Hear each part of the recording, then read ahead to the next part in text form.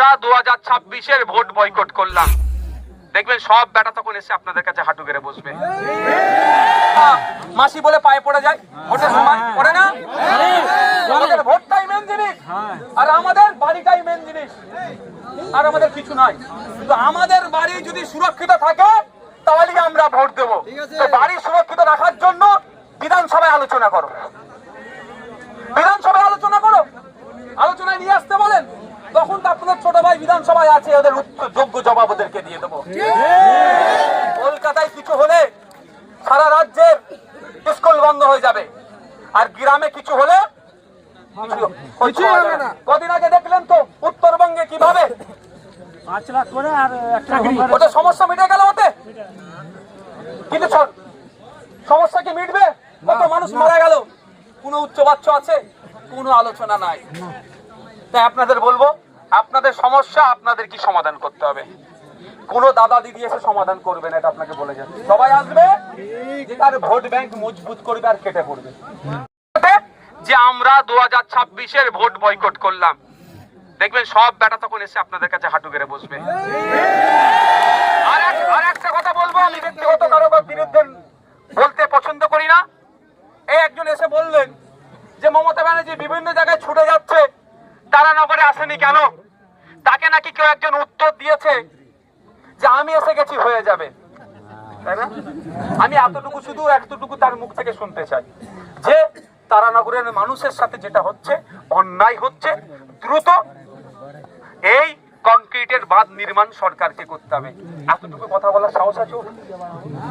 বুঝতে পেরেছেন? এটা কি ভুল কথা?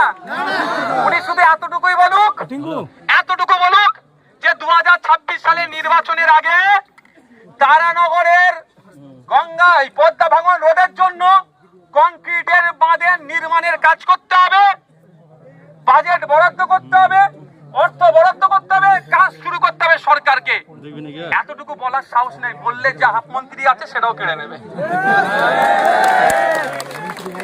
আমি ব্যক্তিগত আক্রমণকারীর পক্ষে নই, আর যে একজন আছে অপদার্থ, হজ কমিটিতে ঢুকে বসে আছে, জানি না আগামী দিনে তথ্য দেব, তাও বলে যাই। এবারে হজে গিয়েছে কত হাজি জানেন? কম বেশি টোটাল পশ্চিম বাংলার কলকাতা দিয়ে গিয়েছে 8,000-এর কাছাকাছি। 50,000 চায়ের কাপ দেখিয়েছে। কি বুঝতে পেরেছেন তো? ওরাই তো টাকা খাচ্ছে, সেই সব টাকাগুলো খাচ্ছে।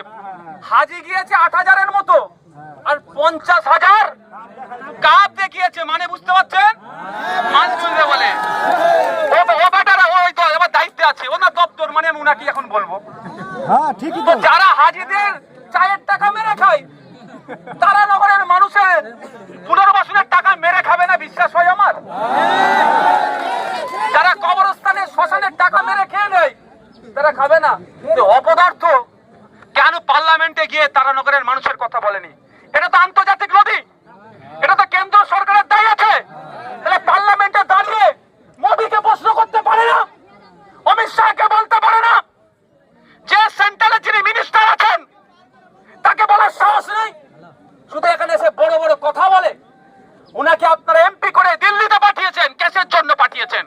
এই জন্যই পাঠিয়েছেন যে দিল্লির আইনসভার মধ্যে গিয়ে তারানগরের, শামশেরগঞ্জের, রঘুনাথগঞ্জের, আপনার রতুয়া, চাচলের মানুষ, ভুতনির মানুষ যে সমস্যার মধ্যে পড়ছে সেগুলো সমাধানের কথা বলার জন্য।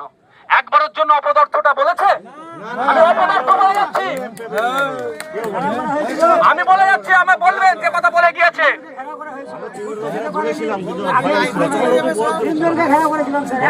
কি বলছি বুঝতে পেরেছেন? আচ্ছা, যে কাজ করতে পারে না তাকে ব্যর্থ বলবেন না তো কি বলবেন? অপদার্থ ব্যর্থই তো বলতে হবে। এটা আমি ভালো ভাষা বলছি। আমি কদিন অপেক্ষা করব, যদি তার মধ্যে পুনর্বাসন না হয়ে যায় তখন ভাষা একটু বলতে হবে। ভাঙন চলছে, আমি এসে পৌঁছাইনি, কিন্তু আমি আজকে আপনাদেরকে গুটি কয়েক কথা আমি বলবো। প্রথমত কথা, দায়িত্বশীল মুখ্যমন্ত্রী, আমি জানি না কিভাবে তিনি শান্তির ঘুম ঘুমাচ্ছেন। মুর্শিদাবাদের একটা প্রত্যন্ত গ্রামের মানুষ, প্রায় 138টা পরিবার আজকে ধ্বংস হয়ে গেছে, রাস্তায় বসে আছে। সেই পরিবারের মেয়ের সন্তান প্রসবের সময় হয়ে আসছে, সেই ধরনের